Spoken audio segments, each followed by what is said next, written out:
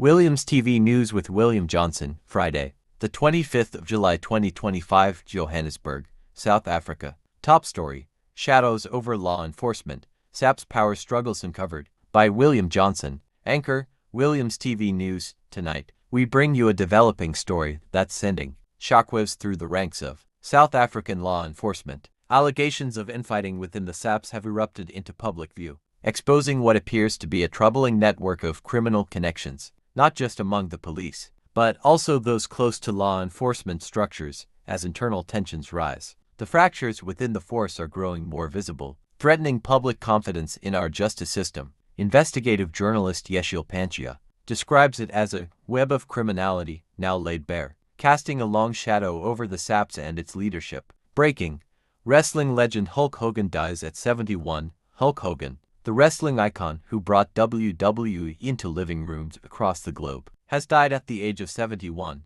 known not only for his ring presence, but also for his controversial political endorsements. Hogan was a cultural force for over 4 decades. White House order sparks outcry. President Donald Trump has signed a controversial executive order demanding the clearance of homeless encampments across U.S. cities, directing people to so-called treatment facilities. While the administration argues it's a step toward public safety, critics fear it could worsen homelessness and infringe on civil rights. Starlink glitch takes thousands offline. A major software failure at Elon Musk's Starlink has disrupted global connectivity. Tens of thousands of users were left offline, -1 as the satellite network faced its largest ever outage. Investigations into the internal tech failure are underway. Sports roundup: cricket.